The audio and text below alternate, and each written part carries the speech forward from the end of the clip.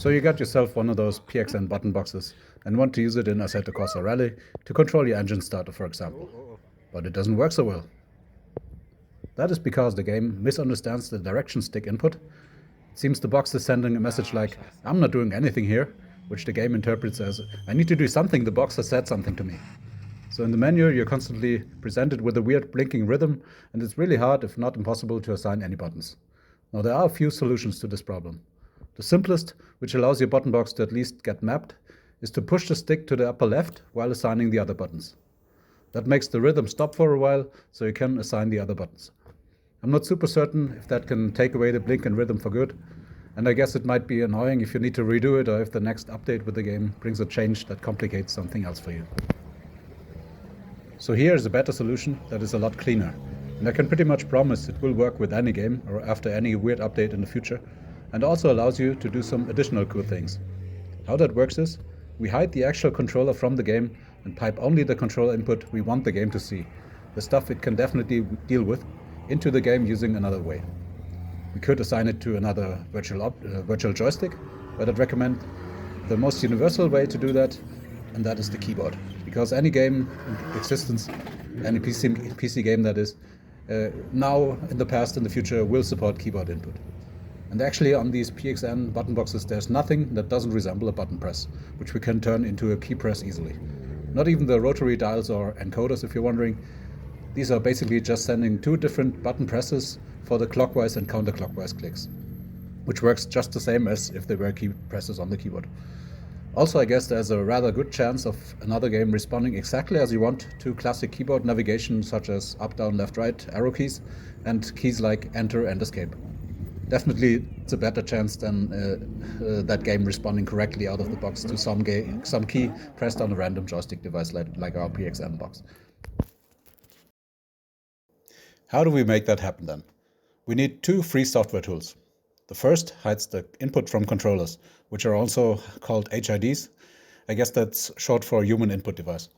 One such program is called HIDHide. You'll find a link in the description.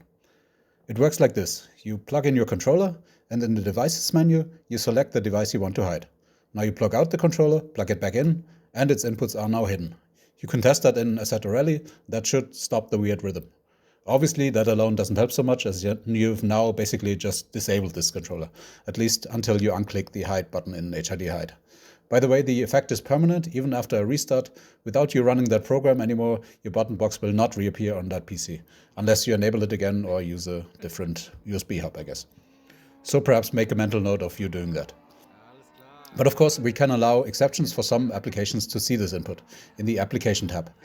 For example, you can add all the games that work with the controller out of the box. Or you could use my recommended way, which is to allow only another program to see it, which will reassign those button presses to keyboard. To allow any application, we just click plus and select the program file we want to see the input, which is our reassigner program. There are lots of such programs. I can recommend AntimicroX and JoystickGremlin. You'll find the links to those also in the description box. For now, let's use AntimicroX or AMX for short, as I found it easier to do some of my more complicated settings there.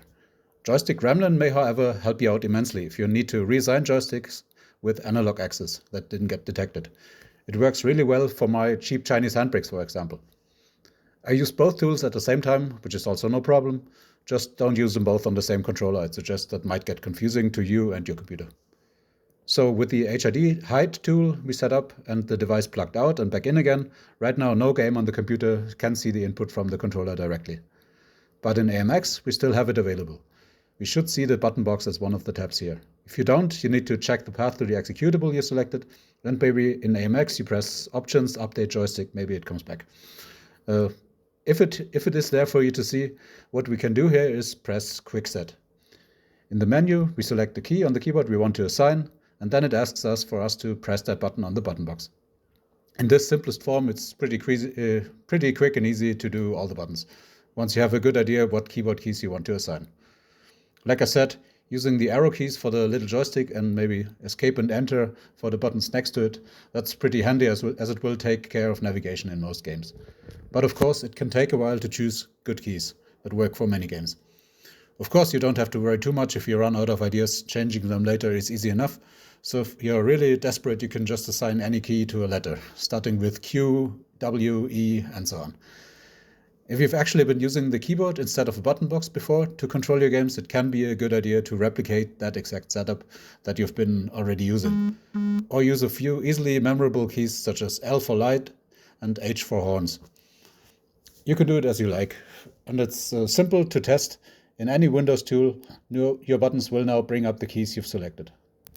Once we have that done, the controller will probably work in any game right away, as long as the game supports keyboard presses. That's why I'm so confident to say this will work with any PC game in the present, past and future, unless, of course, the PC industry comes up with a great idea to get rid of keyboards altogether. Once you're happy with your input mapping, you should probably set AMX to run as startup, so you don't need to start it up separately each time you run a game. Also, you should look into saving your key press assignments as profiles. So, for example, if one game really requires some special keys that you can't change in the options, it's as easy as copying your existing game profile and reassigning 2 or 3 buttons in that way, so it can work. As you can see, there are lots of cool things you can use this for, and I invite you all to try it out and maybe come up with some useful ideas. I think it might be even possible to combine inputs and set modifiers across several devices. At any rate, it would be cool if we could use the slapping that AC Rally gave us by not supporting our hardware and turn it to our own benefit by finding useful solutions like this. So leave your ideas and thoughts in the comments. Thanks for watching and bye.